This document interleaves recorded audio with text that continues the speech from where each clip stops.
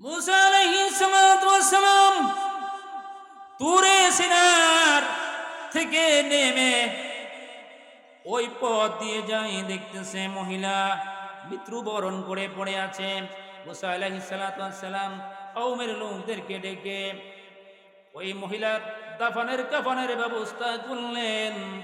আর দাফনের কাফনের ব্যবস্থা করে মুসা আলাইহিস সালাতু ওয়াস সালাম বাড়িতে চলে গেলেন। রাগে খুফে ফেটে যাচ্ছে, আল্লাহ তাআলা কি কাজটা তার হাতে করাইলেন। তারপরের দিন তুরে সিনাতে মুসা আলাইহিস সালাতু ওয়াস সালাম বর্তমান বেতেলহেম শহরে ওই জায়গার ভিতরে মুসা পয়গম্বর আল্লাহর সাথে কথা বলার জন্য তুরে সিনায় চলে গেলেন। যাইয়া তুরে সিনাতে যাইয়া যখন দাঁড়াইলেন, আল্লাহ ডাক দিয়ে কই, মুসা রে কি কথা বলবা বলো। মুসা কই, কি কথা কইমু? আমনে আমার হাতে যে কাজটা করাইলেন এটা কোনো মানুষ কি পৃথিবীতে করা? এ বাবু রে, আমি এমন একটা মহিলাকে মাটি দিলাম, এই মহিলাটা এত খারাপ মহিলা, ওই বনি ইসরাইলের ভিতরে এত খারাপ কোন মহিলা নাই। আল্লাহ তাআলা ডাক দিয়ে কোন, মুসা রে যাও যাও, আজকে চলে যাও, তুমি আজকে চলে যাও। এই তোমার এই প্রশ্নের জবাব আমি আল্লাহ তাআলা আগামী কালকে দিব। মুসা পয়গম্বর রাগে খুপে আল্লাহর সাথে আর আজকে কোনো কথা বলে না। ওই মুসা পয়গম্বর ওই পথ দিয়ে যায়, ওই পথ দিয়ে যায়। গভীর রাত্রে মুসা পয়গম্বর স্বপ্নে দেখে আল্লাহ তাআলা ওই মহিলাটাকে এমন একটা জান্নাত দিয়ে দিয়েছে, এত দামি জান্নাত। ওই জান্নাতের ভিতরে মহিলাটা এদিক সেদিক শুধু ঘোরাফেরা করে। আরো জোরে কোন, আল্লাহর পয়গম্বর মুসা তুরে সিনাতে তার পরের দিন যাইয়া আল্লাহ তাআলাকে ডাক দিয়ে কই, ফুবুরে বুঝার আর বাকি নাই, এবার আজকে তোমার কাছে জানতে চাই, বলো রে আল্লাহ এই মহিলা কি ইবাদত করেছে? এ মহিলা কি ইবাদত করেছে জানতে চাই, জানতে চাই। আল্লাহ তাআলা বলেন, মুসা রে এলাকার মানুষ তাকে বের করে দিয়েছে, এত খারাপ কাজ সে করেছে, এলাকার মানুষ তারে বের করে দিয়েছে, বের করে দিয়েছে। বের করে দেওয়ার পরে তিনি নিরুপায় হইয়া চোখের পানি ছেড়ে ছেড়ে যায় আর ডাক দিয়া বলে, ববুরে পৃথিবীর মানুষ যদিও আমারে বের করে দেয়, পৃথিবীর এলাকার মানুষের কাছে আমার জায়গা না হইলে কিন্তু তুমি রবের কাছে আমার জায়গা আছে। প্রভুরে কথা দিলাম, তোমার সাথে ওয়াদা করে নিলাম, যতদিন পৃথিবীর জমিনে বেঁচে থাকবো জীবনে আর কোনোদিন পাপাচারে লিপ্ত হব না, জীবনে কোনোদিন অন্যায় করব না। সুবহানাল্লাহ। আমার ভাইরা, রাসূল আরবি সাল্লাল্লাহু আলাইহি ওয়াসাল্লাম ঘোষণা করেন, পৃথিবীর মানুষেরা রে, তোমরা যখন অন্যায় করবা, প্রভুর নাফরমানি করবা, সাথে সাথে তোমাদের বড় মেডিসিন হলো সাথে সাথে তওবা করে নেওয়া। গুনাহ মাফের জন্য সবচাইতে বড় মেডিসিন হলো গুনাহ তওবা করা। অসুখ হলে আমরা মেডিসিন খাই, টাইফয়েড হলে আমরা ডাক্তারের কাছে যাই, প্যারাটাইফয়েড হলে আমরা ডাক্তারের কাছে যাই, আত্মাটাইটিস হলে আমরা ডাক্তারের কাছে যাই, আমাদের ডায়াবেটিস হলে আমরা ডাক্তারের কাছে যাই, হার্ট ডিজিজ হলে আমরা ডাক্তারের কাছে যাই। সব রোগের জন্য আমরা ডাক্তারের পরামর্শ নিই, কিন্তু গুনাহ যখন হয়ে যায় আমরা তো উলামায়ে কেরামের কাছে আসি না, মসজিদের ইমামের কাছে আসি না, জিজ্ঞাসা করি না অন্যায় করেছি, অপরাধ করে ফেলেছি, বেশি গুনাহ করে ফেলেছি গো হুজুর, কোন কাজ করলে প্রভু আমার গুনাহটা মাফ করে দিবে? এই কথা আজ পর্যন্ত আমি আমার ইমাম সাহেবকে তো জিজ্ঞাসা করলাম না। কিন্তু রাহমাতুল লিল আলামিনকে সাহাবীরা জিজ্ঞাসা করেছেন, ইয়া রাসূলুল্লাহ, ইয়া হাবিবাল্লাহ, গুনাহ করলে হুজুর গো আমাদের তো মধ্যে মধ্যে গুনাহ হয়ে যায়, আমরা কি করব? রাসূল আরবি সাল্লাল্লাহু আলাইহি সাল্লাম বলেন, গুনাহ হওয়ার সাথে সাথে তোমরা তওবা করে নিবা। বলেন নবী সাল্লাল্লাহু আলাইহি ওয়াসাল্লাম, আত-তাইবু মিনাল জামবি কামান লা জামবালাহু। রাসূল তাওবা করলে কি উপকার হবে? রাহমাতুল লিল আলামিন ঘোষণা করে দেয়, পৃথিবীর মানুষেরা রে, এ সাহাবীরা, গুনাহ করলে যখন তোমরা তাওবা করবা, আত-তাইবু মিনাল জামবি কামান লা জামবালাহু, যখন তাওবা করে নিবা, আল্লাহ এমন ভাবে তোমাদেরকে মাফ করে দেয়। একজন ফেরেশতা দাঁড়াইয়া দাঁড়াইয়া ডাক দিয়া কয়, এরে আল্লাহর বান্দা, গুনাহ করার কারণে আল্লাহ তাআলার কাছে তুমি লজ্জিত হয়েছ, এ তওবা করেছ, এ আল্লাহর বান্দা, তোর কি মনে নাই তোদের পয়গম্বর মুহাম্মদুর রাসূলুল্লাহ সাল্লাল্লাহু আলাইহি ওয়াসাল্লাম বলে দিয়েছেন, জানাই দিয়েছেন, আত-তাইবু মিনাল জামবি কামান লা জামবালাহু। কোন মানুষ যদি তওবা করে, ওই মানুষটা এত নিষ্পাপ হয়ে যায়, ডাক দিয়ে বলা হয়, এ আল্লাহ তোমারে এমন ভাবে মাফ করে দিয়েছে, ফিসিলা তোমার আর কোনো গুনাহ নাই। জোরে কোন সুবহানাল্লাহ। এখন তওবা করতে কে কে রাজি আছি? হাত উঠান, নারায়ে তাকবীর। আল্লাহ তাআলার কাছে এসে বলবো, প্রভু রে, জীবনে কত গুনাহ করেছি, জেনে অন্যায় করেছি, না জানি অন্যায় করেছি, আমার গুনার কথা যদি রে আমার পরিবার জানতো, কোনদিন স্বামী বলি পরিচয় দিত না। মেম্বার সাহেবের গুনার সম্পর্কে যদি তার ওয়ার্ডের ভোটারেরা যদি জানতো, কোনদিন শের আগায় আনে দিত না। এমপির গুনার কথা যদি তার সংসদীয় আসনের মানুষেরা জানতো, তার বক্তৃতা মানুষ কোনদিন শুনতো না। প্রভু আমার ডাক দিয়া কয়, এ পৃথিবীর মানুষেরা রে, এত অন্যায় করার পরে, এত অপরাধ করার পরে রে, তোদের আমি 3 বেলা খানা খাওয়াই, 3 বেলা খানা খাওয়াই, 24 ঘন্টা অক্সিজেনের ব্যবস্থা করে দিই, আমার নেয়ামতের ভিতরে তোদেরকে ডুবাইয়ে রাখছি। কোনদিন রে, কোনদিন তোদেরকে আমি কোনদিন নেয়ামত থেকে, এত অন্যায় করার পরে আমার নেয়ামত থেকে কোনদিন বঞ্চিত করে দিই নাই। আমার ভাইরা, কয়েকদিন আগে আপনারা দেখেছেন ফেসবুকের ভিতরে একটা ছবি ভাইরাল হয়েছে। আল্লাহর এক বান্দা হাসপাতালে গিয়েছে, 3 দিন হাসপাতালে থাকার পরে অক্সিজেন লাগানো, ওই অক্সিজেন লাগানো ডাক্তার হাসপাতাল থেকে যেদিন রিলিজ নিবে, একটা বিল বাউচার চলে আসছে। 3 দিন হাসপাতালের খরচ এত, নার্স খরচ এত, ডাক্তার খরচ এত, আপনার মেডিসিন খরচ এত, এভাবে বিল চলে আসছে। নিচে দিয়ে একটা লেখা আছে, আপনার 3 দিনের অক্সিজেন খরচ এত। এবার যখন বললেন 3 দিনের অক্সিজেন খরচ আপনার 73,000 টাকা, আল্লাহর এই বান্দা জাজ্জার করে চোখের পানি ছেড়ে দেয়, এতিমের মতো হুমৌ করে কান্দে। ডাক্তার ডাক দিয়া কয়ে, ভাই ওর জন্য কিছু বিল কম দিবেন, এরপরে কেন কান্দেন? ওই আল্লাহর বান্দা ডাক দিয়া কয়, না না না, তোমাদের বিল কম দিব না রে, তোমাদের বিল কম দিব না, তবে 3 দিনের বিল যদি 73,000 টাকা অক্সিজেনের বিল আসে রে, আমার বয়স 65 বছর হয়ে গেছে, এই 65 বছরের ভিতরে আমার আল্লাহর দরবার থেকে আমরা যে অক্সিজেন ব্যবহার করি গো, আমার আল্লাহর দরবার থেকে আমাদের কাছে একটা বিল বাউচার আসে না। ঠিক কিনা বলে?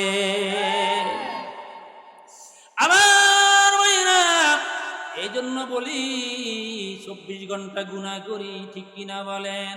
রাসূল ঘোষণা করেন, ইয়া আইয়ুহান নাসু তুবু ইলাল্লাহ ফা ইন্নী আতুবু ইলাইহি ফিল ইয়াউমি মিয়াতা মাররা। ও নবীজির সাহাবীরা রে, আমি রাসূল দৈনিক 100 বার করে তওবা করি। একজন সাহাবী মাহফিলের পিছনের থেকে থরথর থরথর করে কাফিয়া দাঁড়ায় আর ডাক দিয়া কয়, এ নবীজি গো, আপনি বলেছেন গুফিরা লাহু মা তাকদ্দামা মিন জামবিহি ওয়ালা তাআখার। নবী গো, আপনি বলেছেন আল্লাহ আপনার পিছলা সব গুনাহ মাফ করে দিয়েছে, আগের পিছলের সব গুনাহ আল্লাহ আপনার মাফ করে দিয়েছে, এরপরেও আপনার তওবার দরকার কি? আল্লাহর হাবিব চোখের পানি ছেড়ে ডাক দিয়া কয়, এ নবীজির সাহাবীরা রে, এমন এক জামানা আসবে, এমন এক জামানা আসবে, আমার উম্মতেরা তখন আমি নবীকে দেখবে না, আমি নবীকে তারা দেখার জন্য হাহাকার হয়ে যাবে, পেরেশান হয়ে যাবে। এভাবে তারা হাজী আব্দুল মতিন ফরাজি জামি মসজিদের ময়দানে তারা এভাবে মাহফিল দিবে, কুরআনের কথা শুনবে, তারা হাদিসের কথা শুনবে, তাদের চোখের কোনা গুনাহের কথা স্মরণে এনে তাদের চোখের কোনা ভিজায়ে ফেলবে। ওই দিন ওই সময়ের আমার উম্মতেরা নেক কাজ করা তারা পছন্দ করবে না, শুধু গুনাহ করা, তারা তামসা করা বেশি বেশি পছন্দ করবে। সাহাবীরা রে, বলো রে, ওই দিন আমি পয়গম্বর পৃথিবীর জমিনে থাকবো না, আমি পয়গম্বর তাদের কাছে থাকবো না, তারা উলামায়ে কেরামদের কথা শুনবে, চোখের পানি ভিজায়ে ফেলবে। ওই কঠিন মুহূর্তে আমার উম্মতেরা যদি আল্লাহর মিজানের সামনে যদি আমলের ঘাটতি হইয়া জাহান্নামের ওয়ার্ডার হয়ে যায়, আমি পয়গম্বর সেই দিন মাকামে মাহমুদের সামনে আমার উম্মতের জন্য কি নিয়ে দাঁড়াবো? আমি সেই দিন ওই কঠিন মুসিবতের সময় রে, আমি আমার প্রভুকে হাত করানোর জন্য, প্রভুর যখন রাগ চলে আসবে, আমার উম্মতের গুনাহ দেখে যখন রাগ আসবে, আমার প্রভুকে হাত করানোর জন্য আমি সেই দিন প্রভুকে ডাক দিয়ে বলবো, প্রভুরে আপনার মিজানের সামনে আমি রহমাতুল্লিল আলামিন কিছু যদিও না আনতে পারি, আমি 24 ঘন্টা 63 বছর আমি আপনার তাওবা করেছি। এ প্রভু গো, আপনি তো আমার আগেরা পিছিলা সব কিছু আপনি মাফ করে দিয়েছেন, আমি যে তাওবার আমল করেছি এই তাওবার আমলগুলি আমার এতিম উম্মতের জন্য আজকে নিয়ে আসছি। আরো জোরে কোন সুবহানাল্লাহ। আমার ভাইরাম, এই পয়গম্বরের উম্মতেরা কোরআনের আলোচনা শুনবে, প্যান্ডেলের মধ্যে বসবে, প্যান্ডেলের ভিতরে বসিয়া তারা চোখের কোনা ভিজাইয়ে ফেলবে, চোখের কোঠার ভিতরে পানি আসবে, তখনই আল্লাহ তাআলা ডাক দিয়ে বলবেন, এ ফেরেশতারা রে, নাযালাত আলাইহিমুস সাকিনা ওয়া গাশিয়াত আলাইহিমুর রাহমা। এই প্যান্ডেলের চতুর্পাশ দিয়ে ফেরেশতারা যে রহমত নিয়ে দাঁড়িয়ে আছে, আল্লাহ তাআলা ডাক দিয়ে বলবেন, এ ফেরেশতারা, আমার এই বান্দারা কেন চোখের পানি ছেড়ে দিয়েছে, কেন চোখের পানি ছেড়ে দিয়েছে? তখনই ফেরেশতারা ডাক দিয়ে বলবে, তারা গুনাহের আলোচনা শুনে জীবনের পিছিলা গুনাহের কথা তাদের স্মরণে আসছে, এই জন্য তারা চোখের পানি ছেড়ে দিয়েছে। আল্লাহ তাআলা ডাক দিয়ে কয়, এ ফেরেশতারা রে, আমি আমার আদমকে অনেক সুন্দর করে তৈরি করেছি, অনেক আদর করে তৈরি করেছি, ওয়ালাকাদ কাররামনা বানি আদম, আমি চমৎকার করে বানাইছি, নিজ হাতে আমি তৈরি করেছি। আমার আদম কাঁদবে, আমার এতিম পয়গম্বরের উম্মতেরা কাঁদবে, আমি আল্লাহ বরদাস্ত করতে পারি না। ফেরেশতারা রে জানায়া দে, আমি আমার এতিম পয়গম্বরের উম্মতের চোখের কোটা ভিজে গিয়েছে, এই চোখের পানির বিনিময়ে রে তাদের জিন্দিগির গুনাহ আমি আল্লাহ এই মুহূর্তে মাফ করে দিলাম। এই ফেরেশতারা যখন প্যান্ডেলের চতুর্পাশ দিয়ে দাঁড়ায় এভাবে ঘোষণা করে দেয়, দেখে এরপরেও বান্দা কান্দে, এরপরেও বান্দা কান্দে, আল্লাহ তাআলা ডাক দিয়ে কয়, এ ফেরেশতারা রে, এরপরেও দি কান্দে কারণ কি? আল্লাহর ফেরেশতারা কয়, কেন কান্দে প্রভু জানি না।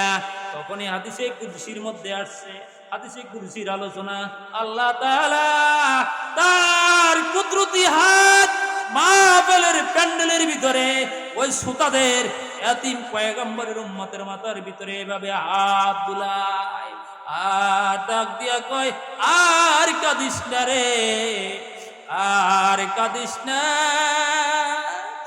আর কাঁদিস না, আর কাঁদতে হবে না, বুঝেছি তোর জিন্দিগির জীবনের সমস্ত গুনাহ আমি প্রভু মাফ করে দিয়েছি, এরপরেও কেন কান্দাস বুঝেছি, জান্নাত চাস, জাহান্নামের ভয়ে কান্দাস, জাহান্নাম থেকে মাফ করে দিলাম, এরপরও কান্দাস কেন রে, বুঝেছি জাহান্নাম থেকে মাফ করে দিলাম, এরপরও কেন কান্দাস, বুঝেছি জান্নাত চাস, ওই প্যান্ডেলে বসার কারণে তোর গুনাহ মাফ করে দিলাম, জাহান্নাম থেকে তোর নাম কেটে দিলাম, এরপরে তোর নামটা আমি আল্লাহ এই মাহফিলের কারণে, মাহফিলের খাতিরে জান্নাতের তালিকা লিপিবদ্ধ করলাম।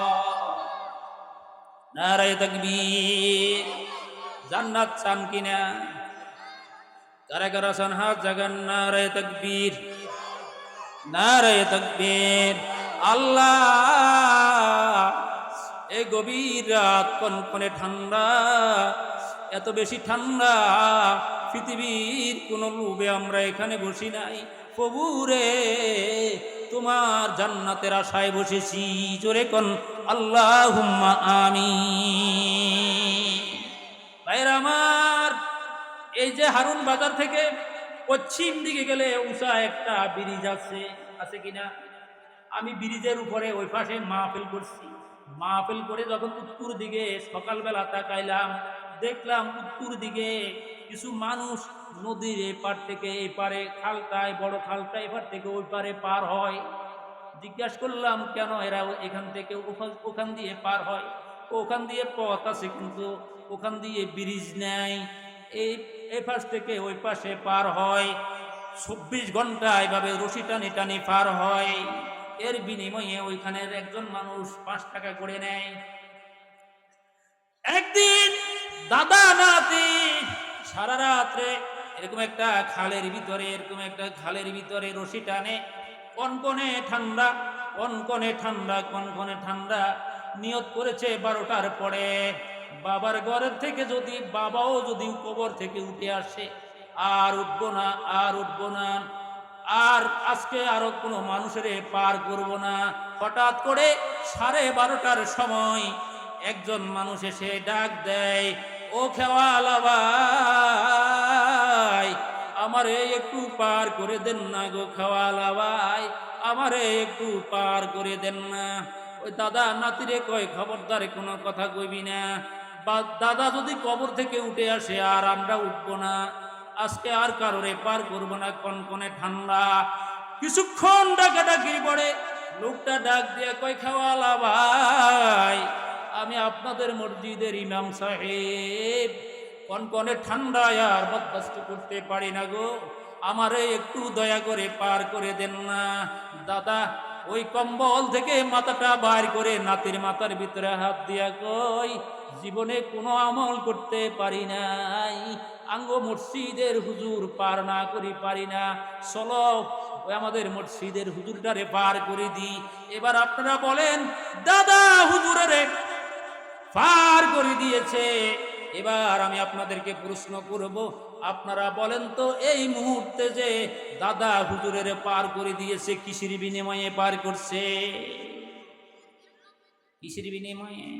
ভালোবাসার বিনিময়ে। কিসের বিনিময়ে?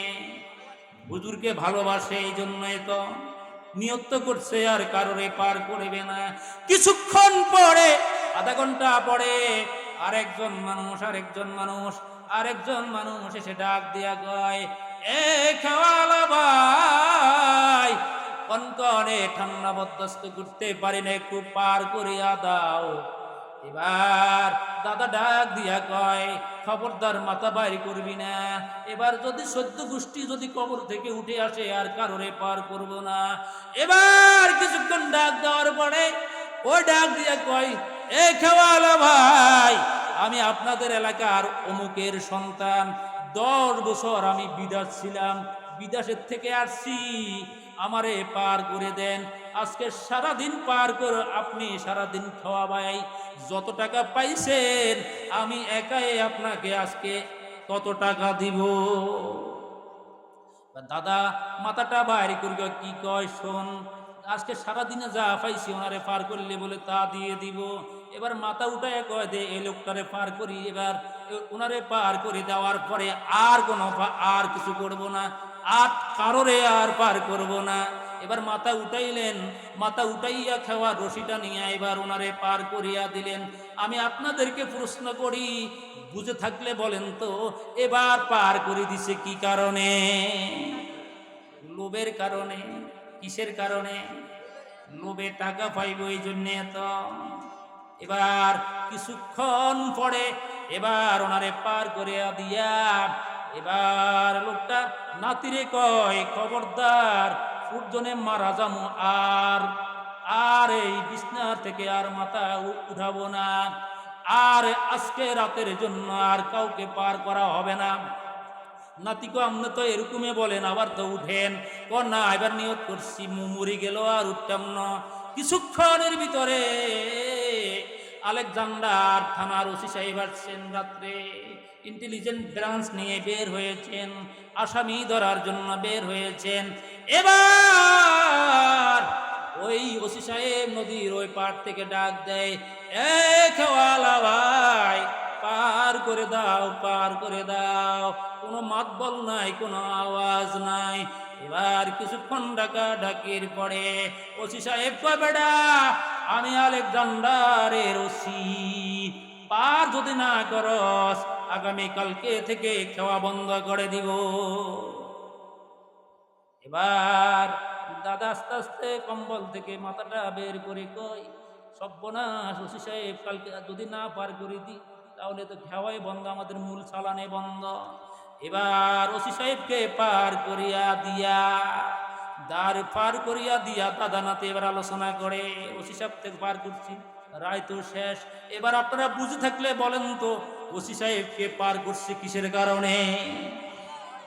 ভয়ে। কিসের কারণে? প্রথম জনেরে পার করছে কিসের কারণে? মুহাব্বতের কারণে। কিসের কারণে? মুহাব্বতের কারণে। তারপরের জনেরে পার করছে কিসের কারণে? লোভের কারণে। তারপরের জনেরে পার করছে কিসের কারণে? ভয়ের কারণে। ভয়ের কারণে। এ আল্লাহর গোলাম, এ আব্দুল মতিন ফরাজি জামে মসজিদ সমাজের ভাইরা রে, আমরা এই জায়গার ভিতরে 3টা কারণে আমরা এই জায়গার ভিতরে বসছি। কয় কারণে? জোরে কোন, কয় কারণে বসছি? 3 কারণে আমরা এই জায়গার ভিতরে 3 কারণে আমরা বসছি। 1 নম্বর কারণ হলো আমরা ভালোবাসার কারণে, আমরা ভালোবাসার কারণে বসছি। এই ভালোবাসা কার জন্য? এই চিৎকার দিয়ে বলেন, এই ভালোবাসা কার জন্য? আরো জোরে বলেন, কার জন্য? আল্লাহর জন্য আমরা এই ভালোবাসা আল্লাহর জন্য আমরা বসছি, ঠিক কিনা বলে? আমরা আল্লাহকে ভালোবাসি, এই নবীকে ভালোবাসি, আমাদের পয়গম্বরকে ভালোবাসি, এই আলেমদেরকে ভালোবাসি, আল্লাহর এই কোরআনকে ভালোবাসি জীবনের চাইতে বেশি না কম। আরো জোরে বলেন, বেশি না কম। আমরা আল্লাহর কোরআনকে ভালোবাসার কারণে আমরা এই মাহফিলের মধ্যে বসছি। আল্লাহ তাআলা বলেন, পৃথিবীর মানুষ রে, তোদের ভালোবাসা যদি আমি রবের জন্য হয়, তাহলে ওয়ার্ডার করলাম রে, তোদেরকে একটা খবর জানাইয়া দি, শুন। আল্লাহ তাআলা কি বলে শুনেন, কুল ইন কুনতুম তুহিব্বুনাল্লাহ, হে পৃথিবীর মানুষেরা, আমি রবকে যদি ভালোবাসতে চাও, আমি রবের ভালোবাসা যদি তোমরা পেতে চাও, এই প্যান্ডেলের ভিতরে যে রবের ভালোবাসার জন্য বসছো, যদি রবকে পেতে চাও, তাহলে তোমাদেরকে একটা ক্রাইটেরিয়া মানতে হবে। ফলো মি আওয়ার প্রফেট হযরত মুহাম্মদ সাল্লাল্লাহু আলাইহি ওয়াসাল্লাম, ইউহিব্বুকুমুল্লাহ ইউহিব্বুকুমুল্লাহ, ফলো মি প্রফেট সাল্লাল্লাহু আলাইহি ওয়াসাল্লাম, ভেরি মেসেঞ্জার আওয়ার প্রফেট হযরত মুহাম্মদ সাল্লাল্লাহু আলাইহি ওয়াসাল্লামকে ফলো করো, মোহাব্বত করো। যদি রহমাতুল লিল আলামিনকে যদি ফলো করো, মোহাব্বত করো, তাহলে কুল ইন কুনতুম তুহিব্বুনাল্লাহ, আমি আল্লাহর ভালোবাসা পেয়ে যাবা। সুবহানাল্লাহ। যদি এই দুইটা কাজ যদি করো, আমি আল্লাহকে ভালোবাসো, তাহলে রসুলকে ফলো করো, এই দুইটা কাজ যদি তোমরা করো, তাহলে আমি আল্লাহ তোমাদেরকে দুইটা উপহার দিয়ে দেবো। কয়টা? দুইটা উপহার দিব। এক নাম্বার, ওয়াগফির লাকুম, তোমাদেরকে ক্ষমা করে দিব। সুবহানাল্লাহ। আল্লাহ তাআলা আমাদেরকে ক্ষমা করে দিবে। ওয়াগফির লাকুম, ক্ষমা করে দিবে। কি ক্ষমা করে দিবে? যুনুবাকুম, তোমাদের গুনাহ ক্ষমা করে দিব। এতক্ষণ ধরে যেই কথাগুলি আমি আপনাদেরকে বলেছি, তোমাদের গুনাহ ক্ষমা করে দিব। ওয়াগফির লাকুম, তোমাদেরকে ক্ষমা করে দিব। কি ক্ষমা করে দিব? যুনুবাকুম, তোমাদের গুনাহ। কেন তোমাদেরকে ক্ষমা করে দিব? ক্ষমা করে দিলে আমার কি ফায়দা? ক্ষমা করে দিলে আমার কি লাভ? কেন বা তোমাদেরকে আমি ক্ষমা করে দিব? ওই যে আমি বলেছিলাম, ওয়ালাকাদ কাররামনা বানি আদম, চমৎকার করে তোমাদেরকে তৈয়ার করেছি, আদর করে তোমাদেরকে তৈয়ার করেছি, আদর করে তোমাদেরকে তৈয়ার করার পরে বলো রে বান্দা, এত সুন্দর করে তোমাদেরকে বানাইয়া আমি তোমাদেরকে কেমনে জাহান্নামে পালাইয়া দেবো? এই জন্য তোমাদেরকে আমি আল্লাহ মাফ করে দেব। কেন? কোন কারণে মাফ করে দেব? আল্লাহু গফুরুর রহিম, যেহেতু আমি আল্লাহ গফুরুর রহিম, আমি আল্লাহ বেনিফিসিয়েন্ট, ভেরি মার্সিফুল, আমি আল্লাহ দয়ালু এবং ক্ষমাশীল, এই জন্য আমি আল্লাহ তোমাদেরকে মাফ করে দেব। জোরে কোন সুবহানাল্লাহ। দুই নম্বর কারণ, ভাইরা আমার, আমরা এখানে লোভে বসছি, লোভে। এবার বলেন তো, আমরা কিসের লোভে বসছি? আমাদের লোভ হলো আল্লাহর জান্নাতে যাওয়া, ঠিক কিনা বলে? আরো জোরে বলেন, ঠিক কিনা? আমাদের লোভ কি বলেন? জান্নাত। আমাদের লোভ কি? আমাদের বাড়ির নাম কি? জান্নাত। আমাদের লোভ হলো জান্নাত। আহারে, আমরা জান্নাত রাহমাতুল লিল আলামিন মেরাজে যাওয়ার পরে, আজকে রজব মাসের 4 তারিখ, এই রাত, এই চাঁদে রাহমাতুল লিল আলামিন মেরাজে গিয়েছিলেন। আমার ভাইরা, আল্লাহর হাবিব সাল্লাল্লাহু আলাইহি ওয়াসাল্লামের কাছে জিবরাইল আমিন এসে ডাক দিয়ে বলেন, পয়গম্বর, এই যে ছোট্ট একটা জান্নাত দেখা যায়, এই একটা জান্নাতের দাম নয়, এই একটা জান্নাতের শিকের দাম কত? আল্লাহর হাবিব ডাক দিয়ে কয়, জিবরাইল রে, এই জান্নাতের শিকের দাম কত আমি তো জানি না। এ জিবরাইল, আমার আল্লাহ জানাইলে তো আমি জানি। এ জিবরাইল, তখন জিবরাইল বলেন, রাহমাতুল লিল আলামিন, পৃথিবীর সমস্ত পৃথিবী বিক্রি করলে এই ছোট্ট একটা জান্নাতের শিকের দাম আল্লাহ তাআলার কাছে গোটা পৃথিবী বিক্রি করলে জান্নাতের একটা শিকের দাম হবে না। আমার ভাইরা, ওই দামি জান্নাত কার জন্য বানাইছে জিবরাইল? জিবরাইল কয় হুজুর, এই জান্নাত বানিয়েছেন আপনার এতিম উম্মতের জন্য। জোরে কোন সুবহানাল্লাহ। এর জিবরাইল, ওই যে একটা জান্নাত দেখা যায়, জান্নাতের দরজার ভিতরে লেখা আছে সালামুন কাওলাম মির রাব্বির রহিম। এ জিবরাইল, লাল নীল নানান রঙের বাতি জ্বলে রে জিবরাইল, এত সুন্দর এই জান্নাতটা কার জন্য বানাইছে? আল্লাহর হাবিব এই জান্নাত কার জন্য বানাইছে? আমি বলার চাইতে আপনি জান্নাতের দরজায় গিয়ে কলিং বেল টিপ দেন, জান্নাতের দরজায় যাইয়া দেখে একজন পয়গম্বর জান্নাতের দরজার ভিতরে দাঁড়ায় আছে। চিৎকার দিয়ে বলেন সুবহানাল্লাহ। আপনাদের অসুবিধা হয় কিনা? বন্ধ করে দিন। আমার ভাইরা, রাহমাতুল লিল আলামিন ওই দামি এত সুন্দর জান্নাতের দরজায় যাইয়া দেখে একজন পয়গম্বর জান্নাতের দরজার ভিতরে দাঁড়িয়ে আছে। এটি সূরা বনী ইসরাইলের তাফসীর। সূরা বনী ইসরাইলের তাফসীরে মাঝারি। সুবহানাল্লাযী আসরা বিআবদিহি লাইলাম মিনাল মাসজিদিল হারামি ইলাল মাসজিদিল আকসা। এই আয়াতের তাফসীর করলে কমসের কম আমার 10 ঘন্টা সময় লাগবে। আমার ভাইয়েরা বলে, হুজুর এটা কি কথা বললেন? আমার এলাকার একজন ছোট্ট মুসল্লি আছে, আমার এলাকার আর একজন হাফেজ সাহেব আমার সাথে আছে, 2-1 মুসল্লি তো এখানে আছে। আমি কমসের কম 4 মাস এই আয়াতের তাফসীর করেছি। 4 মাস। সুবহানাল্লাহ। মসজিদের ভিতরে গত বছর 4 মাস তাফসীর করার পরেও আমি এই আয়াতের তাফসীর শেষ করতে পারি নাই। 4 মাস। আমার ভাইরা, আল্লাহর হাবিব সাল্লাল্লাহু আলাইহি ওয়াসাল্লাম দামি জান্নাতের সামনে যাইয়া কলিং বেল যখন টিপ দিবে এই সময় দেখে একজন পয়গম্বর ওই জান্নাতের সামনে দাঁড়ানো আছে। জিবরাইল আল্লাহর হাবিবের সামনে দাঁড়াইয়া কয়, এ বাবা গো, আপনি ওনাকে চিনেন কিনা গো বাবু? আল্লাহ রাসূল ডাক দিয়া কয়, কেমনে আমি চিনবো? উনি কে? জিবরাইল কয়, হুজুর উনি হলেন হযরত ইদ্রিস আলাইহিস সালাম। সুবহানাল্লাহ। আরো জোরে কোন।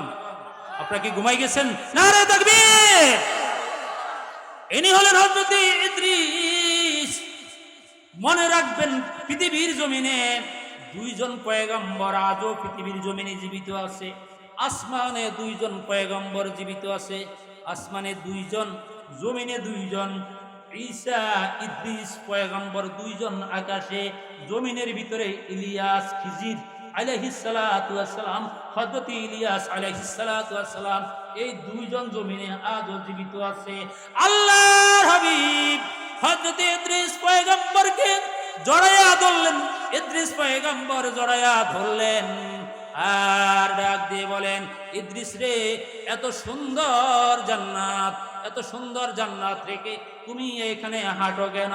ইদ্রিস পয়গম্বর ডাক দিয়া কয়, হে আখেরি পয়গম্বর, আমি কিন্তু এই জান্নাতে যাওয়ার জন্য চেষ্টা করি। এই কলিং বেল, এই বেলটা এখানে নক করলে ভিতর থেকে আওয়াজ আসে, ইদ্রিস গো ব্যাক, ফিরে যাও। এই ইদ্রিস, আল্লাহ এই জান্নাত হযরত আবু বকরের জন্য আল্লাহ তৈরি করেছে। নারে তাকবীর। আল্লাহ তাআলা এই জান্নাত আবু বকরের জন্য তৈরি করেছে, হযরত আবু বকরের জন্য তৈরি করেছে। আল্লাহর হাবিব ডাক দিয়া কই, ইদ্রিস রে, তুমি কেন জান্নাতের ভিতরে যাও না? ইদ্রিস পয়গম্বর ডাক দিয়া কয়, প্রভু রে, আমি তো জান্নাতের ভিতরে যেতে চাই। এই আল্লাহর যত জান্নাত আপনি দেখেন, সব জান্নাতের সামনে আমি যাই, কোনো জান্নাতের দরজা আমার জন্য খোলা না। প্রত্যেক জান্নাতের ভিতর থেকে আওয়াজ আসে, ইদ্রিস রে, গো ব্যাক, চলে যাও, চলে যাও। এই ইদ্রিস, তুমি কি জানো না আল্লাহর পয়গম্বর, আখিরি পয়গম্বর, আখিরি পয়গম্বরের উম্মতেরা হুররিমাত আলাল উমামা হাত্তা তাদখুলুহা, উম্মতি উম্মতি মুহাম্মদ সাল্লাল্লাহু আলাইহি সাল্লামের উম্মতেরা জান্নাতে প্রবেশ করার আগে, আখেরি পয়গম্বর জান্নাতে ঢুকার আগে পৃথিবীর কোন পয়গম্বর জান্নাতে ঢুকার পারমিশন পাবে না। এবার আপনারা যদি বুঝে থাকেন বলেন তো, আমরা এখানে কোন কারণে বসেছি?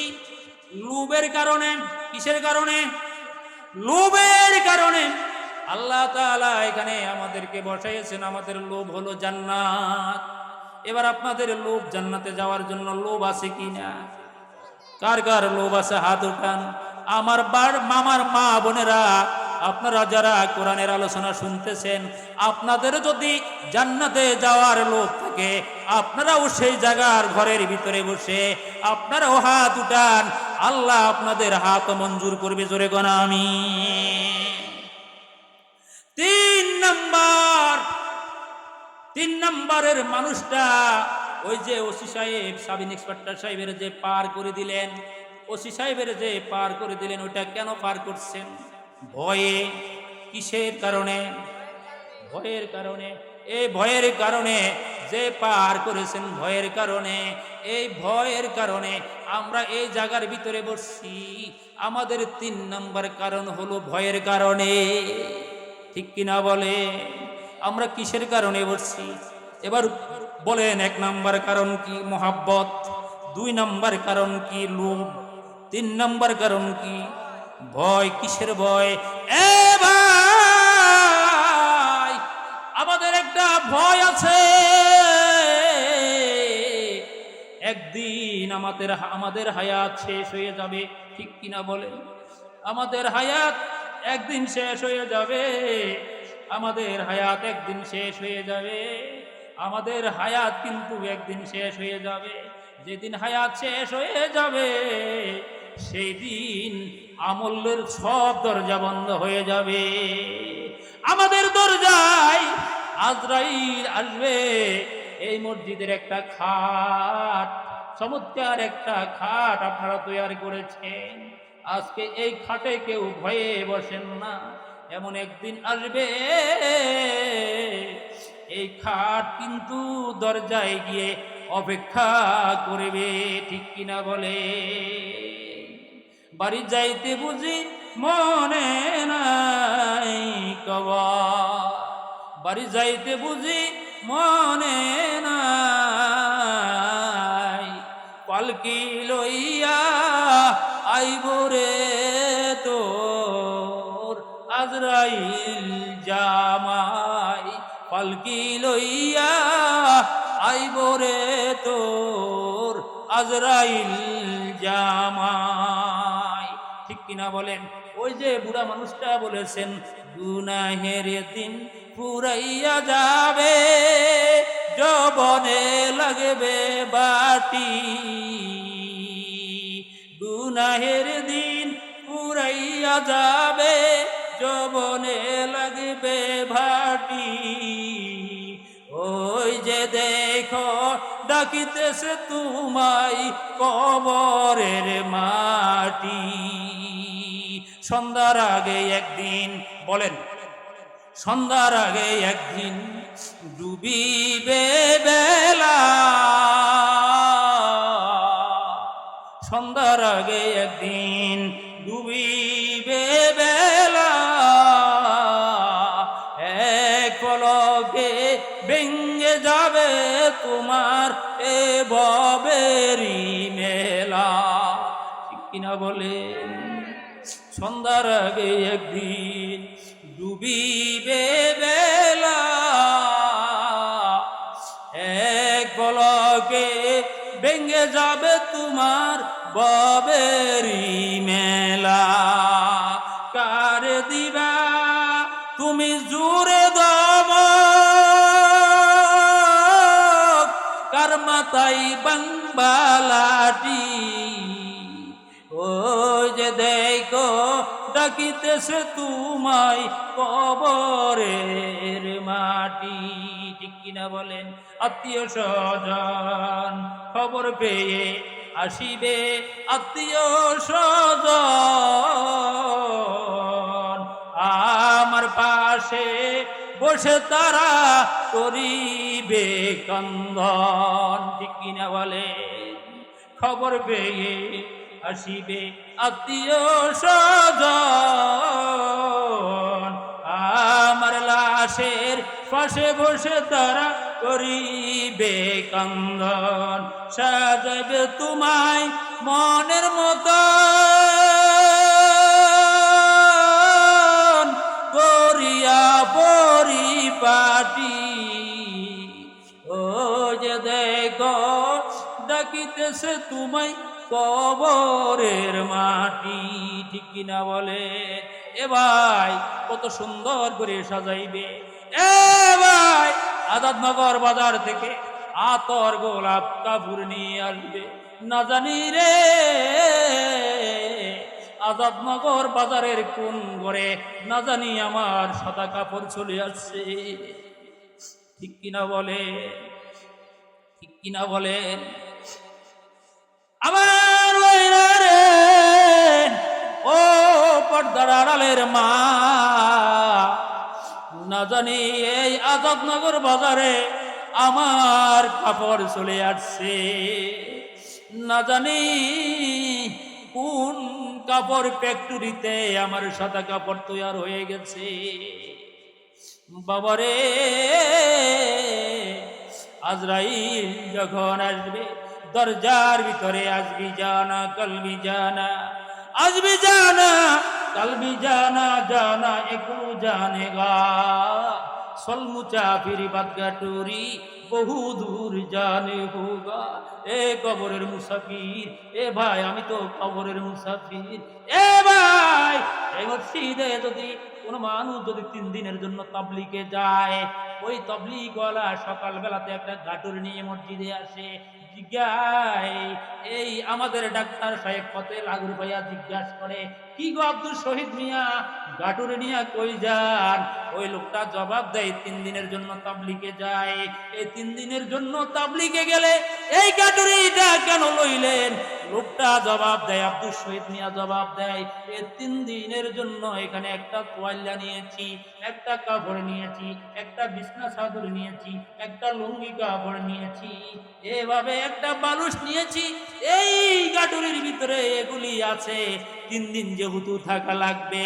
এই চল মুসাফির বাদগাটুরি বহু দূর জানে হোগা। এই কবরের মুসাফির বহু দূর যাওয়া লাগবে রে, কবরের মুসাফির বহু দূর যাওয়া লাগবে।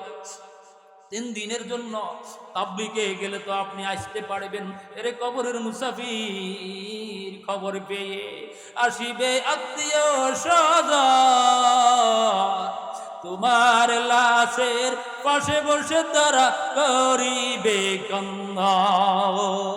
তোমার লাশের পাশে বসবে তারা কান্দন করবে, তোমারে সুন্দর করে সাজাইয়া দিবে। এই কবরের মুসাফির অনেক দূরে যাইবা, এই কবরের মুসাফির ওখান থেকে আর আসা যাবে না, ওখান থেকে আর আসা যাবে না। জোরে বলেন ঠিক কিনা? এই কবরের মুসাফির রে, ও ওখান থেকে আর আসা যাবে না রে, আর আসা যাবে না। এই জন্য তোমার গাটুরিটা এখন থেকে ভালো করে দেখে নাও, তোমার গাটুরির ভিতরে এই মসজিদ নির্মাণ করার আমল আছে কিনা, তোমার গাটুরির ভিতরে সদকায়ে জারিয়ার আমল আছে কিনা, তোমার গাটুরির ভিতরে সুবহানাল্লাহর আমল আছে কিনা, তোমার গাটুরির ভিতরে আলহামদুলিল্লাহর আমল আছে কিনা, তোমার গাটুরির ভিতরে তিন তাসবির আমল আছে কিনা, তোমার গাটুরির ভিতরে তাহাজ্জুদের আমল আছে কিনা, তোমার গাটুরির ভিতরে সুন্নতের পায়বন্দির আমল আছে কিনা, তোমার গাটুরির ভিতরে নফল ইবাদতের আমল আছে কিনা, তোমার গাটুরির ভিতরে টুপি মাথা দেওয়ার আমল আছে কিনা, তোমার গাটুরির ভিতরে 5 ওয়াক্ত নামাজের আমল আছে কিনা, তোমার গাটুরির ভিতরে ইসলামী আন্দোলনের ইসলামের পতাকা ঝান্ডাবাহী আমল তোমার গাটুরির ভিতরে আছে কিনা। এই কবরের যাত্রী রে, তোমার গাটুরির ভিতরে 30 রমজানের 30টা রোজা আছে কিনা, তোমার গাটুরির ভিতরে হজের আমল আছে কিনা। এ মুসাফির, তোমার গাটুরির ভিতরে যদি এই আমলগুলি যদি না থাকে রে, এই কবরের মুসাফির এই লম্বা সফর দিও না, খালি গাটুরি লইয়া কবরের দিকে যাইও না। কেন তুমি খালি গাটুরি নিয়ে কবরের দিকে যাইও না? এই তোমাদের পয়গম্বর রাহমাতুল লিল আলামিন ঘোষণা করেছেন, ক্বালান নবী সাল্লাল্লাহু আলাইহি ওয়াসাল্লাম, আল কবরু রাউদাতুম মিন রিয়াজিল জান্নাহ আও হুফরাতুম মিন হুফারিন নার। কবরটা তোমাদের কারো জন্য জান্নাতের বাগান থাকবে, কবর কারো জন্য জাহান্নামের গর্ত হয়ে যাবে। এর কবরের মুসাফির, কারো যদি কোনো কারণে আল্লাহ না করো কবরটা যদি জাহান্নামের গর্ত হয়, তাহলে এই কবরের দিকে রওনা দিও না। আজবি জানা কলবি জানা, আজবি জানা কলবি জানা, জানা এক রু জানেগা। আজবি জানা কলবি জানা, জানা এক রু জানেগা। চল মুসাফির বদগা টুরি, বহু দূর জানে হোগা। উমরে দুনিয়া বর মেসালে বরফে কাম, রপ্তা রপ্তা সুটকে সুটকে দম বাদাম। আপনারা বরফের কেইন দেখেছেন? বরফ ওই যে রামগতি বাজারে গেলে দেখবেন বরফ বানায়, বড় বড় কেইন বাইর হয়, কিছুক্ষণ রাস্তার ভিতরে পালায়া রাখলে এই বরফের কেইন আর কেইন থাকে না, পানি হয়ে গলে যায়। এই কবরের মুসাফির, তোমার হায়াতটা বরফের কেইনের মতো দিন দিন গলে যাচ্ছে। একদিন হায়াত শেষ হয়ে যাবে, একদিন হায়াত শেষ হয়ে যাবে। সন্ধ্যার আগে একদিন ডুবিবে বেলা, এক পলকে ভেঙে যাবে তোমার জীবনের খেলা। ঠিক কিনা বলেন? একদিন বরফের কেন্দ্র শেষ হয়ে যায়, একদিন তোমার হায়াত শেষ হয়ে যাবে। ঠিক কিনা বলেন? মরনে ওয়ালা মর যাएंगे, रहने वाला कोई नहीं। मरने वाला मर जाएंगे, रहने वाला कोई नहीं। रोने वाला बहुत होगा, जाने वाला कोई नहीं। মরণ না মরে যাবে, মরণ না মরে যাবে, রাগুন না কেউ হবে না, কাঁদুন্না তো বহু হবে, সঙ্গে কেহ যাবে না। ঠিক কিনা বলেন? যে বিবি সারা আজকে তুমি ঘুমাইতে পারো না, আবার বিবি তোমারে ছাড়া ঘুমাইতে পারে না।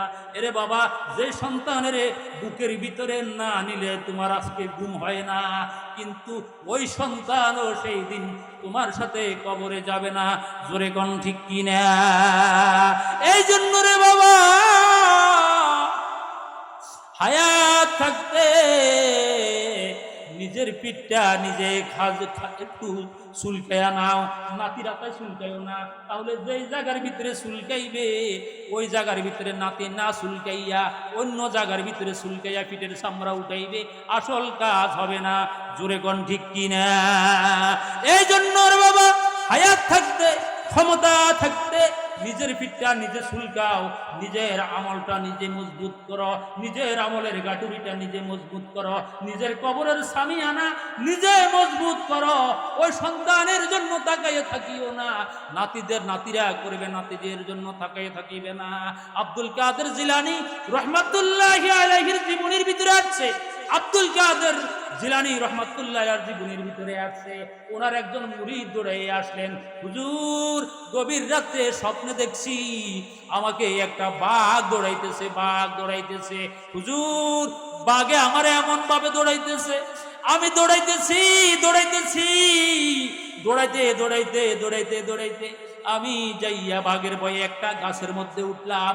গাছের মধ্যে উঠিয়া দেখতেছি গাছটা একেবারে লেটকা হয়ে গেছে, একেবারে ঝুঁকে গেছে। গাছের ভিতরে যখন উঠলাম দেখি ওই নিচে একটা কূপ আছে, কূপের ভিতর থেকে ওই বাঘটা আমাকে খাওয়ার জন্য হা করে আছে। এই মুহূর্তে দেখি গাছের গোয়ার ভিতরে একটা ইঁদুর এসে গাছের গোয়াটা দাঁত দিয়ে কেটে ফেলতেছে, দাঁত দিয়ে কেটে ফেলতেছে। হুজুর এই স্বপ্ন দেখে সারা রাত আমি ঘুমাইতে পারি নাই। আব্দুল কাদের জিলানী রাহমাতুল্লাহ আলাইহি বললেন, ভাই তোমাকে যে বাঘ দৌড়াইতেছে এটা পৃথিবীর কোনো সাধারণ বাঘ না, এ বাঘ হলো মালাকুল মউত আজরাইল। আমাদের পিছনে দৌড়াইতেছি কিনা বলেন, আমাদের পিছনে দৌড়াইতেছি কিনা? আজালুহুম লা ইস্তাগফিরুনা সাআতাও ওয়ালা ইস্তাকদিমুন। মরণ থেকে যতও ফলাও, মরণ থেকে যতও ফলাও তুমি, মরণ তোমায় লইবে ঘিরি। যদিও সুদূরে আকাশ পানে পালাও সেথায় লাগে সিঁড়ি। যেখানে যাও মরণ থেকে বাঁচা যাবে না। 2 নম্বর হুজুর, ওই যে বাঘ খাওয়ার জন্য হা করে আছে, এটা কি? বলে এটা হলো তোমার কবর, এটা হলো তোমার কবর। এ ভাই 3.5 হাত বড়ি খাওয়ার জন্য কবর হা করে আছে, ঠিক কিনা বলেন, ঠিক কিনা বলেন? 3.5 হাত বড়ি খাওয়ার জন্য মাটি হা করে আছে, কবর হা করে আছে, মাটি হা করে আছে। এই বড়ি খাওয়ার জন্য মাটি হা করে আছে। এই জন্য রে বাবা হুজুর, ওই যে দেখলাম ইঁদুরটা গাছের গোড়াটা কেটে কেটে শেষ করে দিচ্ছে, এটা কি? আল্লাহর ওলি ডাক দিয়ে কয়, এরে আল্লাহর বান্দা, ওই যে ইঁদুরটা গাছের গোড়া কেটে কেটে শেষ করে দিচ্ছে, এটা হলো তোমার হায়াতটা দিন দিন শেষ হয়ে যাচ্ছে, দিন দিন তোমার হায়াতটা কেটে কুরকু টুরকু হয়ে যাচ্ছে, শেষ হয়ে যাচ্ছে। জোরে জোরে গণ ঠিক কিনা? বাবা হায়াত শেষ হয়ে গেলে তোমার 3.5 হাত বড়ি কবর খাওয়ার জন্য রেডি হয়ে আছে। এই কবরের পাশে যাও, কবরের পাশে যাও। এই কবরের পাশে কি জোয়ান মানুষের কবর নাই? জোরে গণ নাই? বুড়া মানুষের কবর নাই? এই কবরের মসজিদের পাশে কি মহিলাদের কবর নাই? এই কবরের পাশে কি শক্তিওয়ালা মানুষের কবর নাই? তাহলে কিসের বাহাদুরি করো? যৌবনের অহংকারী যদি তোমার আসে মনে, তোমার মতো জীবনদাতা যায়া দেখো কবরস্থানে, ঠিক কিনা বলেন? যৌবনের অহংকারী যদি তোমার আসে মনে, তোমার মতন জীবনদাতা যায়া দেখো কবরস্থানে। তোমার এই যৌবন একদিন হবে সারেকার, মাটির সাথে মিশে যাবে, মাটির সাথে মিশে যাবে যৌবন তোমার, মাটির সাথে মিশে যাবে যৌবন তোমার, ঠিক কিনা বলে? এই জন্য বাবা হায়াত থাকতে আমলের গাটুরি মজবুত করার দরকার আছে না নাই? এ কার কার আমলের গাটুরি মজবুত করার দরকার আছে? একটু হাত উঠান। নারায়ে তাকবীর, নারায়ে তাকবীর। আল কোরআনের আলো, আল হাদিসের আলো, কোরআন সুন্নাহ যেখানে, মসজিদ মাদ্রাসা যেখানে, আল্লাহ তাআলা যেন কবরে আল্লাহ তাআলা যেন আমাদের হাত মঞ্জুর করে, আল্লাহ তাআলা যেন আমাদের হাত কবুল করে নেই। এই জন্য বাবা, জীবনের অহংকারী করিও না, সম্পদের অহংকারী করিও না, জমিনের অহংকারী করিও না বাবা, টাকা পয়সার অহংকারী করো না। একদিন এই সম্পদ থেকে যাবে, একদিন বাড়িঘর থেকে যাবে।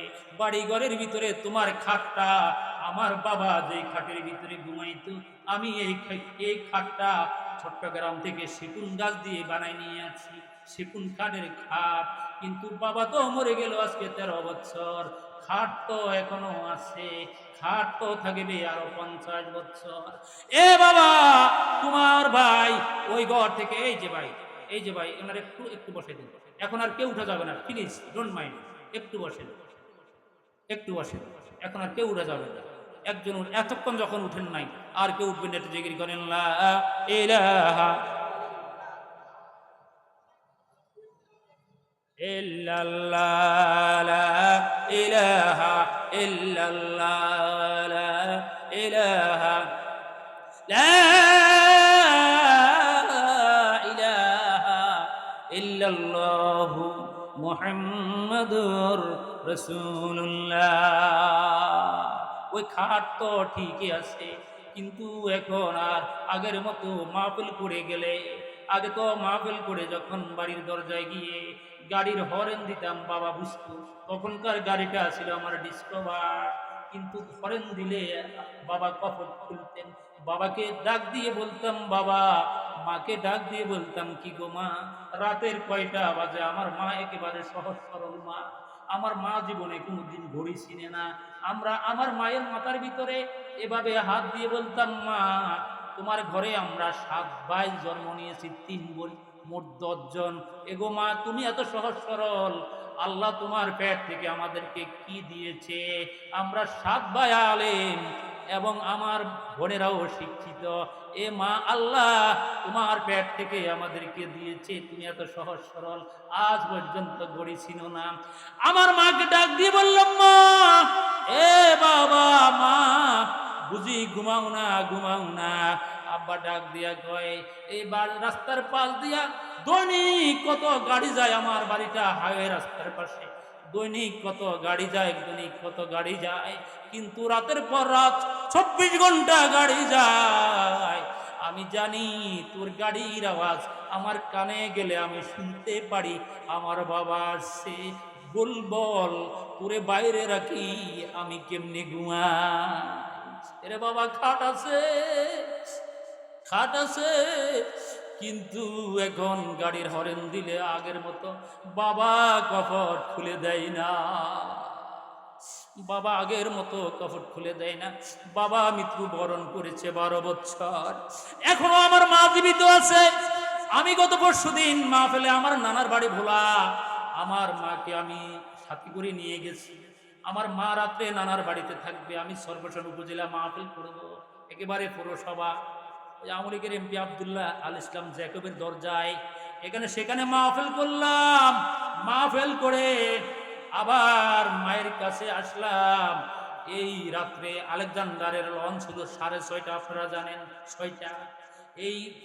এই গভীর রাত্রে, এই শেষ রাত্রে, ঠান্ডার ভিতরে রাত্রে শুই শুই চিন্তা করলাম, আমি কিভাবে আমার মাকে সিঞ্জির ভিতরে এত কনকনে ঠান্ডার ভিতরে বসাবো। এটা চিন্তা করলাম। হঠাৎ করে মাথার ভিতরে একটা বুদ্ধি আসলো, হঠাৎ করে মাথার ভিতরে একটা বুদ্ধি আসলো। আমি একবারে আমার ওয়াইফকে বললাম, ফুটন্ত গরম পানি করো। গরম পানি করিয়া আমি একটা কাঁচের বোতলের ভিতরে 2 লিটার গরম পানি ভরলাম, ভরি এটার বাইরে আমার একটা মাপলা দিয়া এভাবে পেঁচাইলাম হালকা করে। সিএনজির ভিতরে উঠিয়া আমারে বললাম, মা এটা হাতে করে বসে থাকো। চিন্তা করলাম কি বুদ্ধি করা যায়।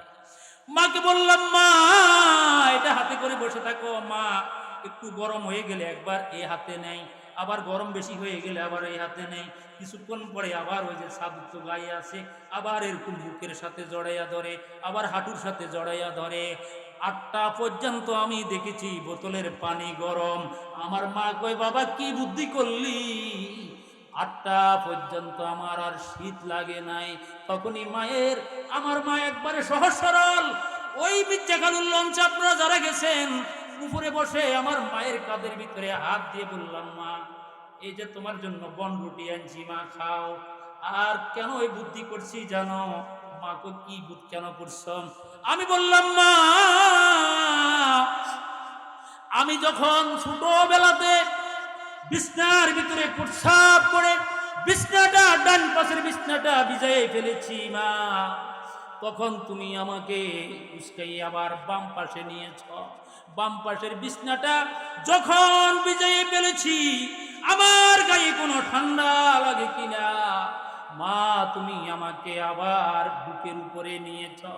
বুকের উপরে যখন প্রস্রাব করে দিয়েছি আমার গায়ে ঠান্ডা লাগে কিনা, তুমি আমাকে আবার শুকনা বিছনা দিয়ে জড়াইয়ে ধরেছ। 1 আর 2 নয় মা, কমসের কম 2 বছর আমার মাথার চুল পালাইতে কোনোদিন তুমি ঠান্ডা পানি ব্যবহার করো নাই। আমাকে তো ছোটবেলাতে কোনোদিন করো নাই। এ মা আমার নিউমোনিয়া হবে, শ্বাস রোগ হবে গো মা, এই জন্য তুমি কমসের কম 2 বছর আমাকে গরম পানি দিয়ে গোসল করাইছো। এত কষ্ট যদি তোমার সন্তানকে যদি তুমি 2-3 বছর গরম পানি দিয়ে গোসল করাইতে পারো, আমি তোমার ঋণ পরিশোধ করার জন্য গভীর রাত্রে এই সিদ্ধান্তটা আমি নিয়েছি। আমি আমার প্রভুর কাছে ডাক দিয়ে বলবো, আমার প্রভু তো ডাক দিয়ে বলছেন, ওয়াকাযা রাব্বুকা আল্লা তা'বুদু ইল্লা ইয়াহু ওয়া বিল ওয়ালিদাইনি ইহসানা, তোমরা তোমার পিতামাতার সাথে সদাচরণ করো। ও আল্লাহ, ইহসানের তাফসীরের ভিতরে আমার রব যদি কিয়ামতের ময়দানে আমাকে যদি প্রশ্ন করে তোমার মায়ের সাথে কি আচরণ করেছিলা, তোমার বাবার সাথে কি আচরণ করেছিলা, আমি সেই দিন আমি আমার রবের কাছে ওই গরম পানির বোতলটা আমি আমার রবের কাছে পেশ করব আর বলবো, বিররুল ওয়ালিদাইনি ইহসানা। আমি সেই দিন বলবো, বাবুরে তুমি বলেছো ইহসান, এখানে উলামায়ে কেরাম আছেন, ইহসানের তাফসীর শুধু আপনি ভাত খাওয়াবেন এটা না, ইহসানের তাফসীর এটাও মায়ের খেদমত করা। আমি যে বুদ্ধি করেছি, মা ইয়ালফিজু মিন কাউলিল ইল্লা লাদাইহি রকিবুন আতিদ, মানুষের জীবনটা যদি ভিডিও হয় আমার এই গরম পানির বোতলটাও ভিডিও হয়ে যাবে।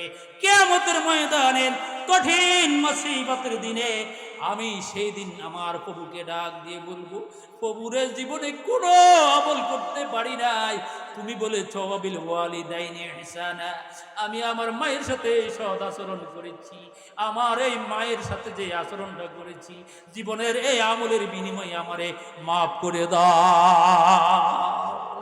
জোরে কোন সুবহানাল্লাহ। আমার ভাইরা, বাড়িতে তো মা আছে, তুমি তোমার পায়ের ভিতরে মোজা লাগাইছো, তোমার বাচ্চার পায়ের ভিতরে মোজা লাগাইছো, তুমি তো 1800 টাকা দিয়া একটা জ্যাকেট ক্রয় করেছ, এরপরে মাফলার করেছ, তুমি মায়ের খবর নিয়েছ, তোমার মার অবস্থা কি, তোমার মায়ের এখন কি পরিমাণ ঠান্ডা। এ আমার ভাই, আল্লাহ তাআলা বলেন, ওয়াবিল ওয়ালিদাইনি ইহসানা ইম্মা ইয়াবলুগান্না ইনদাকাল কিবারা আহাদুহুমা, একজন আও কিলাহুমা, অথবা 2 জন, ফালা তাকুল্লাহুমা উফিউ, এমন আচরণ করো না তারা যেন ও শব্দ করে এরকম আচরণ করো না। মা যেন ওই দরজার ভিতরে দাঁড়াইয়া এই কথা না বলে, দেখো আমার ছেলেটা কি সুন্দর জ্যাকেট গায়ে দিয়েছে, মাথার ভিতরে মাফলার, পায়ের ভিতরে মৌজা, আবার পায়ের ভিতরে শু, কত দামি পোশাক পড়েছে, প্রভুরে দেখো আমার গায়ে কিচ্ছু নাই। মায়ে যেন এই কথা না বলতে পারে। এ আল্লাহর বান্দা, আমি আমার মায়ের মাথার ভিতরে তখনই হাত দিয়ে বলতাম, মা গো দেখো কয়টা বাজে, তুমি ঘুমাও না। তখনই আমার মা আমাকে ডাক দিয়ে কইব, বলে কেমনে ঘুমাবো, তুমি কি জানো আমি তোমারে 10 মাস 10 দিন পেটে বহন করেছি। এ বাচ্চা, 10 মাস 10 দিন পেটে ভিতরে বহন করেছি। দৈনিক ডাক্তারেরা বলেন কমসে কম 24 বার একটা বাচ্চা মায়ের কলিজার ভিতরে লাথি দেয়। এই লাথির আঘাতটা কমসে কম 47 থেকে 50 ডিল ব্যথা অনুমান হয়। সাধারণ একটা মানুষের ব্যথা যদি গায়ের ভিতরে 39 ডিল হয়, একটা মানুষ মৃত্যুবরণ করে। এই মানুষটারে, আমার মতো মানুষের, আপনারা যদি এখানে যদি কয়েকজন লাঠি দিয়ে যদি এখন পিটা শুরু করেন, বরদাস্ত যতক্ষণ পর্যন্ত আমার হুশ আছে এতক্ষণ পর্যন্ত 35-36 ডিল। যখন আমি জ্ঞান হারাই ফেলবো তখন আমার ব্যথার ডিল হলো 39 ডিল। এই 39 ডিল ব্যথা একটা পুরুষের গায়ের ভিতরে হইলে একটা পুরুষ জ্ঞান হারাইয়ে ফেলে। আর ওই যে আপনি গাইনি ডাক্তারদেরকে জিজ্ঞাসা করে দেখবেন, একটা মহিলার প্রসবের ব্যথার ডিল কতটুকু হইলে একটা বাচ্চা পৃথিবীর জমিনে আসে। এটা ট্রিটমেন্ট সায়েন্টিফিক যারা আছেন ডাক্তার, ওই বিজ্ঞানীরা বলেছেন কমসে কম একটা মহিলার প্রসব ব্যথার সময় তার ব্যথা যদি 54 ডিল না হয়, একটা বাচ্চা পৃথিবীর জমিনে আসে না। ব্যথা যদি 54 ডিল না হয়, এই ডাক্তার সাহেবেরা যায় সেখানে সেন্ট্রোনাইসিন ইনজেকশন ব্যবহার করে, ওখানে স্যালাইন ইনফিউশন ব্যবহার করে, ব্যথা বাড়ানোর জন্য যত কিছু দরকার সব ইনজেকশন ব্যবহার করে। যখন 54 ডিল হয়, রহমাতুল লিল আলামিনকে সাহাবীরা জিজ্ঞাসা করলেন, ইয়া রাসূলুল্লাহ, ইয়া হাবিবাল্লাহি, এত ব্যথা কি পরিমাণ, এটার ওয়েট কতটুকু? আল্লাহর হাবিব সাল্লাল্লাহু আলাইহি ওয়াসাল্লাম এটার ব্যাখ্যা দিয়েছেন। এই ব্যথা হলো আটলান্টিক মহাসাগরের ভিতরে এক একটা ঢেউ 200-300 ফিট উঁচু হইয়া যখন আসে, নাবিকেরা তার জাহাজটা কন্ট্রোল করে ধরে রাখে। আল্লাহর হাবিব বলেন, আটলান্টিক মহাসাগরের এই বিশাল ঢেউর চাইতে একজন গর্ভধারণী মা প্রসবের ব্যথাটা তার চাইতে আটলান্টিক মহাসাগরের ঢেউর চাইতে আরো বেশি ব্যথা হইয়া নিচের দিকে যখন ধাক্কা দেয়, তখনই আপনি আর আমি আমার মায়ের উদর থেকে তাৎক্ষণিকভাবে কমসে কম 3 লিটার রক্তের ভিতরে দিয়া একসাথে আল্লাহ তাআলা 3 লিটার রক্ত একই সময় ছেড়ে দিলে, রক্তের স্রোতের ভিতরে দিয়ে আমি আমার মায়ের পেট থেকে 3 লিটার রক্তের জোয়ারের ভিতরে দিয়ে পৃথিবীর জমিনে আসি। আমার মায়েরা, ওই মাকে কেমনে কষ্ট দাও, ওই মাকে কেমনে আঘাত করো। কয়দিন আগে তো আপনারা দেখেছেন একটা ছবি ভাইরাল হয়েছে, মা একটা ডিম খেয়ে ফেলেছে। একটা ডিম খাওয়ার কারণে বউ, ওই ছেলেটা রিক্সা রেখে যখন দুপুর বেলাতে ঘরে আসছেন, তখনই আর দেরি করে নাই, বলে দিলেন তোমার মা আজকে ডিম খেয়ে ফেলেছে। বাচ্চাও আর দেরি করে নাই, বুড়ি মাকে জড়াইয়া ধরে এমন ভাবে আসাইতেছে, কয়েকটা আশা দেয়, বুড়ি কোনো কথা কয় না। বাচ্চার চোখের দিকে থেকে এভাবে চোখের পানি ছেড়ে দেয়। কিছুক্ষণ পরে মোটা একটা গাছ বুড়ির বুকের উপরে, পেটের উপরে উঠাইয়া দেয়। বুড়ি তো একেবারে বুড়ি গাছটাও সরাইতে পারে না। তখন বুড়ি চোখের পানিগুলি আস্তে আস্তে হাত দিয়ে মুছে, তখনই ডাক দিয়ে কয়, কেন রে তোরে আমি গর্ভে ধারণ করলাম, কেন রে 10 মাস 10 দিন তোরে রে আমি এই পেটে বহন করলাম, কেন রে তোরে 40 মণ দুধ খাওয়াইয়া বড় করলাম। জোরে কোন ঠিক কিনা? আল্লাহ তাআলা কয়, আহাদুহুমা আও কিলাহুমা ফালা তাকুল্লাহুমা উফিন, এমন ব্যবহার করো না মা যেন উফ শব্দ ব্যবহার না করে। ওয়ালা তানহারহুমা ওয়া কুল্লাহুমা কাউলান কারীমা, মায়ের সাথে কাউলান কারীমা, সদ আচরণ করো। কাউলান সাদীদা বলে নাই, আল্লাহ বলেছেন কাউলান কারীমা, সদ আচরণ করো, নরম নরম আচরণ করো, নরম নরম আচরণ করো, নরম নরম আচরণ করো। মা তখন ডাক দিয়ে বলেছিলেন, বাবারে, ছোটবেলাতে তোর বাবা মৃত্যুবরণ করেছিল, আমি পরের বাড়িতে কাজ করতাম, ওই পরের বাড়িতে কাজ করতাম। একদিন যেই বাড়িতে চাকরানির কাজ করি, ওই বাড়ির মালিকের আমাকে একটা ডিম দিয়েছে। তোর বয়স তখন 3 বছর, আমি ডিমটা নিয়ে আসলাম, তোর মুখের ভিতরে ডিম দিলাম। আর সেই দিন থেকে তুই আমাকে জড়িয়ে ধরে বলছিলি, এ মা, আমার জন্য তুমি প্রত্যেক দিন ডিমের ব্যবস্থা করিও। আমার কোনো টাকা নাই, আমি বাজার থেকে তখন ওই কাজ করে করে একটা ডিম খরিদ করে 4-3 ভাগ করতাম, করে প্রতি ওয়াক্ত 1 ভাগ করে তোরে ডিম খাওয়াইতাম। আর আজকে একটা ডিমের কারণে, একটা ডিম খেয়েছি, এই ডিমের কারণে তুই আমারে আঘাত করলি, এই ডিমের কারণে আমার পেটের উপরে গাছ উঠিয়া দিলি, একটা ডিমের কারণে আমারে এত আঘাত করলি। আল্লাহ তাআলা বলেন, এরকম আচরণ করো না, এরকম আচরণ করো না। তোমাদের নবী কি বলেছে শোনো। মক্কা বিজয় যখন হয়ে গেল, 8ম হিজরিতে 1400 সাহাবী লইয়া আল্লাহর হাবিব আবওয়া নামক স্থানে আসছেন। এতিমের মতো থরথর করে আল্লাহর হাবিব কাঁপে। এভাবে যখন কাঁপে, সাহাবীদেরকে ডাক দিয়ে কই, সাহাবীরা রে, ওই যে উঁচু জায়গাটা দেখা যায়, এটা আমার মা আমেনার কবর, আমার মা আমেনার কবর। আমি আমার মায়ের কবরের কাছে যাব, আমি আমার মার কবরটা জিয়ারত করব, আমি আমার মায়ের কবরটা জিয়ারত করব। সাহাবীরা রে, তোমরা কেউ কবরের দিকে আসিও না, আমি একটু সামনে যাই, আমার মায়ের কবরটা আমি একটু জিয়ারত করব। আল্লাহর হাবিব সাল্লাল্লাহু আলাইহি ওয়াসাল্লাম মায়ের কবরের কাছে যাইয়া নিজেকে আর কন্ট্রোল করতে পারলেন না। হাদিস শরীফের মধ্যে আছে, আল্লাহর হাবিব আমেনার কবরের উপরে উপুর হইয়া কবরটা আঞ্জা করে ধরে, মাটির কবর আঞ্জা করে ধরে ডাক দিয়ে কই, মেরে মা,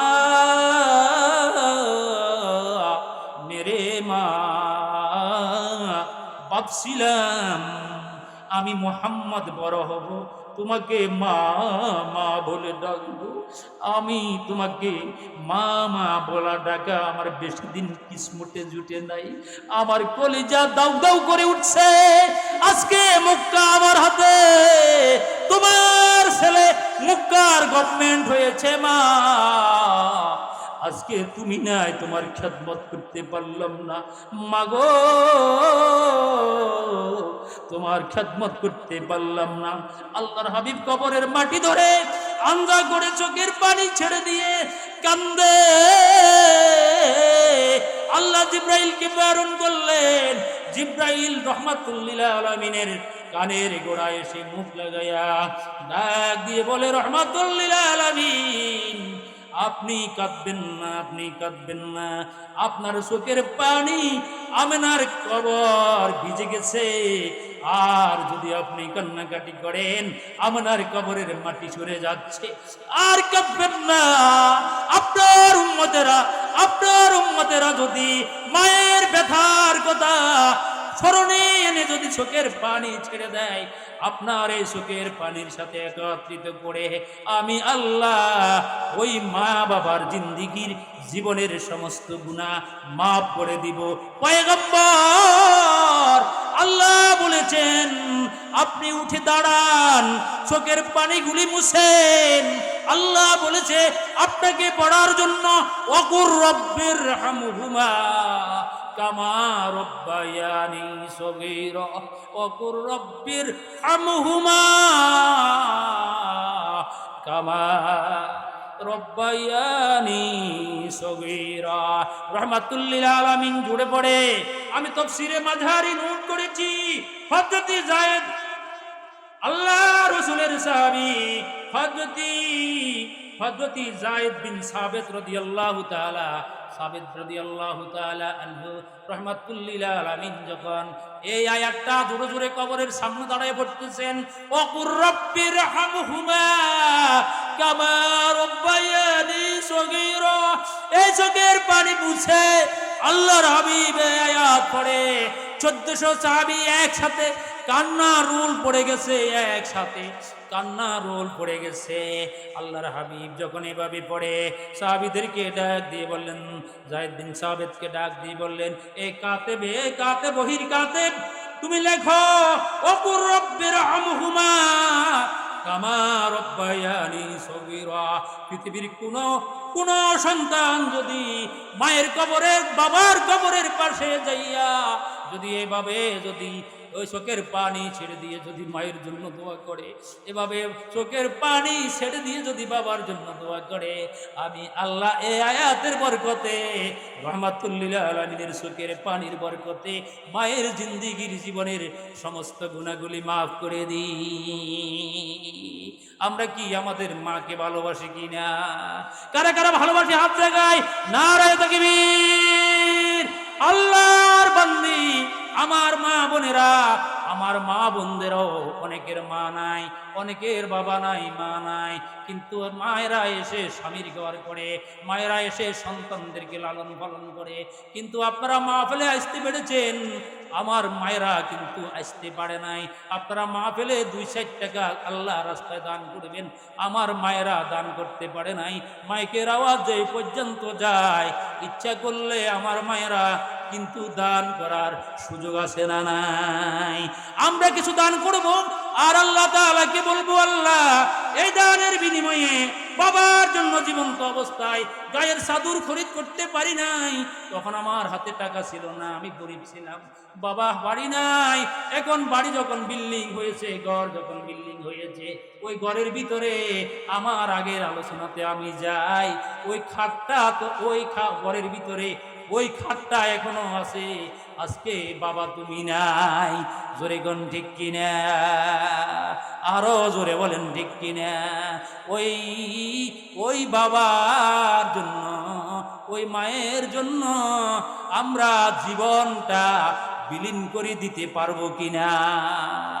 মায়ের বউয়ের কথা ধরে মাকে করুণা অপমান, বউয়ের কথা ধরে মাকে করুণা অপমান, তোমার গায়ের রক্ত মাংস সবই মায়ের দান, তোমার গায়ের রক্ত মাংস সবই মায়ের দান।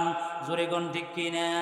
বিদেশ থেকে যখন তুমি এসেছিলে বাড়ি, বউ তাকাবে হাতের দিকে, বউ তাকাবে হাতের দিকে, আনছে কয়টা শাড়ি, ও ভাই আনছো কয়টা শাড়ি, মা তাকাইবে মুখের দিকে, বাবা খানা খাইছো কন, বাবা দেরি করছো কেন? বইয়ের কথা ধরে মাকে করিস না অপমান, তোমার গায়ে রক্ত মাংস সবই মায়ের দান। জোরে কোন ঠিক কিনা?